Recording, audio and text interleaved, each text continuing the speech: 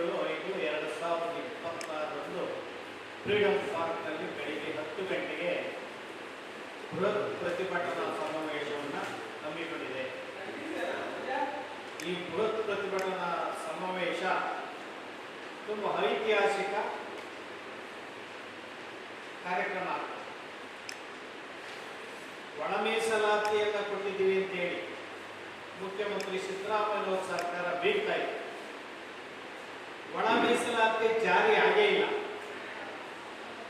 ಒಳ ಮೀಸಲಾತಿ ಜಾರಿನಲ್ಲಿ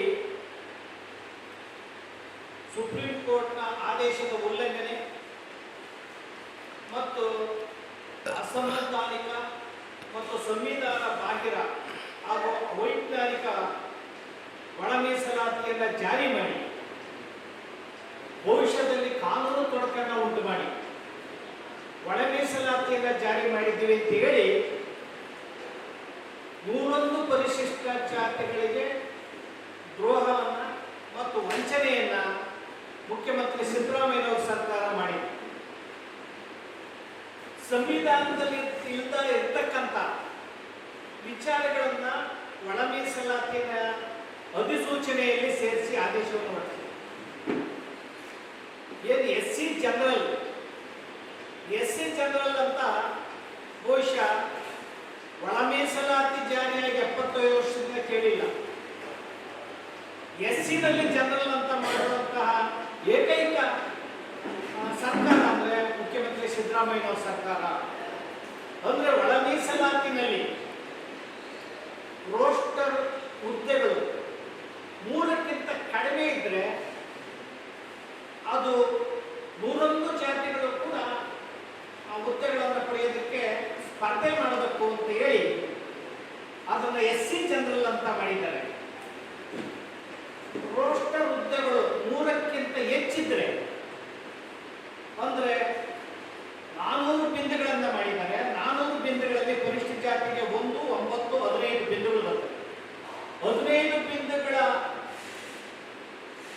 ಒಳಗಡೆ ಏನಾದರೂ ಹುದ್ದೆಗಳು ಅಥವಾ ಬಿಂದುಗಳು ಬಂದ್ರೆ ಅದನ್ನ ಎಸ್ ಸಿ ಜನರಲ್, ಅದರ ಮೇಲ್ಪಟ್ಟು ಬಂದ್ರೆ ಒಳ ಮೀಸಲಾತಿಯನ್ನು ಒಳಪಡಿಸಿದ್ದಾರೆ. ಅಂದ್ರೆ 1, 2 ಹುದ್ದೆ ಮಾತ್ರ ಬಂದ್ರೆ ಒದಗಿದ್ರೆ ಲಭ್ಯವಿದ್ರೆ ಅದು ಎಸ್ ಸಿ ಜನರಲ್. ಪರಿಶಿಷ್ಟ ಜಾತಿಗೆ 3 ಗುಂಪುಗಳು ABC ಸ್ಪರ್ಧೆ ಮಾಡಿ ಹುದ್ದೆ ಪಡೆಯಬೇಕಾದ್ರೆ ಆ ಸ್ಪರ್ಧೆ ಮಾಡಿ ಹುದ್ದೆ ಪಡೆಯೋದಿದೆಯಲ್ಲ ಅದರಲ್ಲಿ ಕೆಲವು ಸ್ಪೃಶ್ಯ ಜಾತಿಗಳು, ಪರಿಶಿಷ್ಟ ಜಾತಿನಲ್ಲಿ ಹೆಚ್ಚು ಆರ್ಥಿಕ ಮತ್ತು ಸಾಮಾಜಿಕ ಬಲಿಷ್ಠವಾದಂತಹ ಅಥವಾ ಶೈಕ್ಷಣಿಕವಾಗಿ ಬಲಿಷ್ಠವಾದಂತಹ ಜಾತಿಗಳು ಆ ಹುದ್ದೆಗಳನ್ನು ಪಡಿತವೆ. ಇನ್ನು ಅಲೆಮಾರಿ ಜಾತಿಗಳು, ಮಾದಿಗ ಮತ್ತು ಮಾದಿಗ ಸಂಬಂಧಿತ ಜಾತಿಗಳಲ್ಲಿ ವಿದ್ಯಾವಂತರೇ ಇಲ್ಲ, ಅವು ಹುದ್ದೆಗಳನ್ನು ಪಡ್ಕೊಳ್ಳೋದ್ರಲ್ಲಿ ಸಾಧ್ಯ ಇಲ್ಲ, ಹುದ್ದೆ ಸ್ಪರ್ಧೆ ಮಾಡೋಕ್ಕೆ ಸಾಧ್ಯನೇ ಇಲ್ಲ. ಅಂದ್ರೆ ಆ ಹುದ್ದೆಗಳು ಯಾವ್ಯಾವ ಅಂದ್ರೆ ಗೆಜೆಟೆಡ್ ಹುದ್ದೆಗಳು,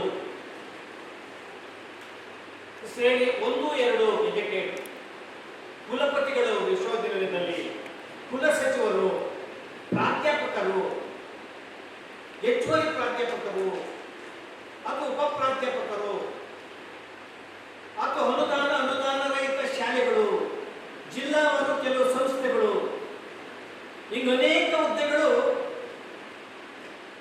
1, 2 ಹುದ್ದೆಗಳು ಬಂದ್ರೆ 3 ಅವ್ರನ್ನ ಎಸ್ ಸಿ ಜನರಲ್ ಅಂತ ಹೇಳಿ ಸರ್ಕಾರ ಮಾಡಿ 101 ಜಾತಿಗಳು ಸ್ಪರ್ಧೆ ಮಾಡಿದ್ದೀವಿ ಅಂತ ಹೇಳಿ ಈ ಒಳ ಮೀಸಲಾತಿ ವರ್ಗೀಕರಣ ಮಾಡಿದ್ದೀವಿ ಅಂತ ಒಂದು ದೊಡ್ಡ ಸುದ್ದಿಯನ್ನ ಬಿಟ್ಟಿದೆ. ಹೋರಾಟಗಾರರು ತಮ್ಮ ಪ್ರಾಣ ಬಲಿದಾನಗಳನ್ನ ವೀರಮರಣವಾಗಿರ್ತಕ್ಕಂಥ ಸಂದೇಶಗಳಿದ್ದಾವೆ. ಹುಳಿಯಲ್ಲಿ 7-8 ಮಂದಿ ಬರುವಾಗ ಅದು ಎಲ್ಲಾ ಸಮುದಾಯ, ಮಾದಿಗ ಸಮಾಜ ಇತಿಹಾಸಿಗಳು ನಮಗೆ ಬೆಂಬಲಿಸಿರ್ತಕ್ಕಂಥವ್ರು ಕೂಡ ಆ ಒಂದು ಹೋರಾಟದಲ್ಲಿ ಪ್ರಾಣವನ್ನು ತೆಗೆದುಕೊಂಡಿದ್ದಾರೆ. ಅದೇ ಒಂದು ಬೆಳಗಾವಿಯಲ್ಲಿ ಹಲವಾರು ಹೋರಾಟ ಮಾಡಿದಾಗ ಲಾಠಿ ಚಾರ್ಜ್ ತಗೊಂಡು ಅಂಗವಿಕಲಾಗಿ ತಮ್ಮ ಜೀವನ ಸಮಾಜಕ್ಕೆ ಮುಡುಪಿಟ್ಟು ಜೀವನ ಕಳ್ಕೊಂಡಿರ್ತಕ್ಕಂಥವ್ರೆ. ನಾನು ಕಾಂಗ್ರೆಸ್ ಸರ್ಕಾರ ಕೇಳೋದಿಷ್ಟೇ, ಏನೇ ಇವತ್ತು ರಾಜಕೀಯ ಉನ್ನತ ಸ್ಥಾನ ಉದ್ಯೋಗಗಳಲ್ಲಿ ಬಂದ್ರೆ ಸಮಾಜದ ಏಳಿಗೆಗಾಗಿ ಪರಿವರ್ತನೆಗಾಗಿ ಕೆಲಸ ಮಾಡಬೇಕಿಲ್ಲ,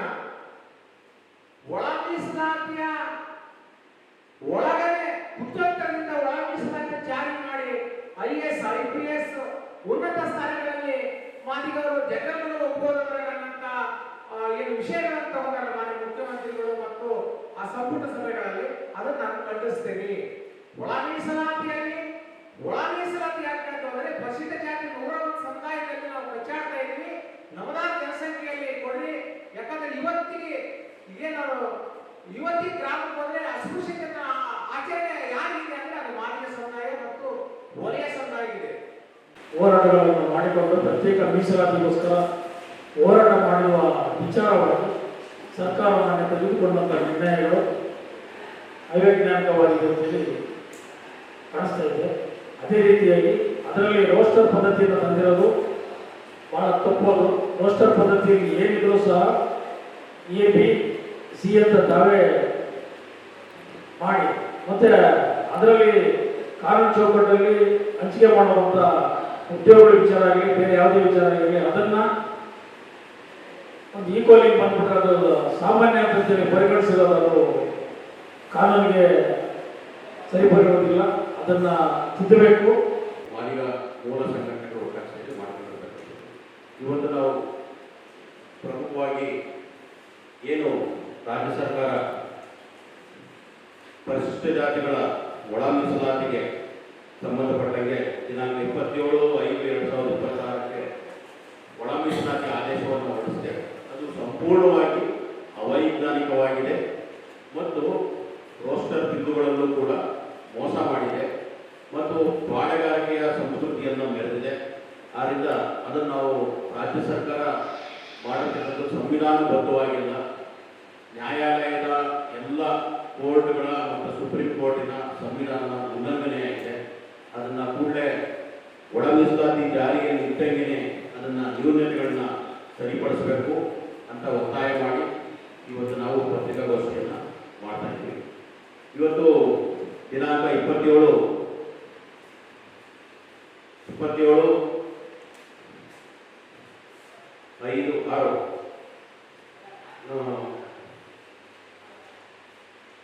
ಬುಧವಾರ ಫ್ರೀಡಂ ಪಾರ್ಕ್ನಲ್ಲಿ ಬೃಹತ್ ಸಮಾವೇಶವನ್ನು ಮಾಡ್ತಾ ಇದ್ದೀವಿ. ಇದು ರಾಜಕೀಯ ಸಮಸ್ಯೆ ಅಂದರೆ ಯಾರು ಪ್ರಬಲ ಜಾತಿಗಳು ಸರ್ಕಾರದಲ್ಲಿದ್ದಾರೋ ಅವರ ಪ್ರಭಾವಕ್ಕೆ ಮಾಡಲು ಸರ್ಕಾರ ಈ ಒಳ ಮೀಸಲಾತಿ ವರ್ಗೀಕರಣ ಮಾಡಿದೆ. ಇದು ನ್ಯಾಯ ಸಮ್ಮತವಾದ ಬದ್ಧತೆಯಿಂದ ಕೂಡಿಲ್ಲ. ಆದ್ದರಿಂದ ನಾವು ಫ್ರೀಡಂ ಪಾರ್ಕಲ್ಲಿ ಪ್ರತಿಭಟನೆ ಮೂಲಕ 150 ಕ್ಷೇತ್ರಗಳಿಲ್ಲವೆ MLA ವಿಧಾನಸಭಾ ಕ್ಷೇತ್ರಗಳಿವೆ. ಅಲ್ಲಿ ನಾವು ಮತಜಾಗೃತಿ ಅಭಿಯಾನವನ್ನು ಹಮ್ಮಿಕೊಳ್ಳುವುದರ ಮೂಲಕ ಸರ್ಕಾರವನ್ನು ಮನೆಗೆ ಕಳಿಸ್ತಕ್ಕಂಥ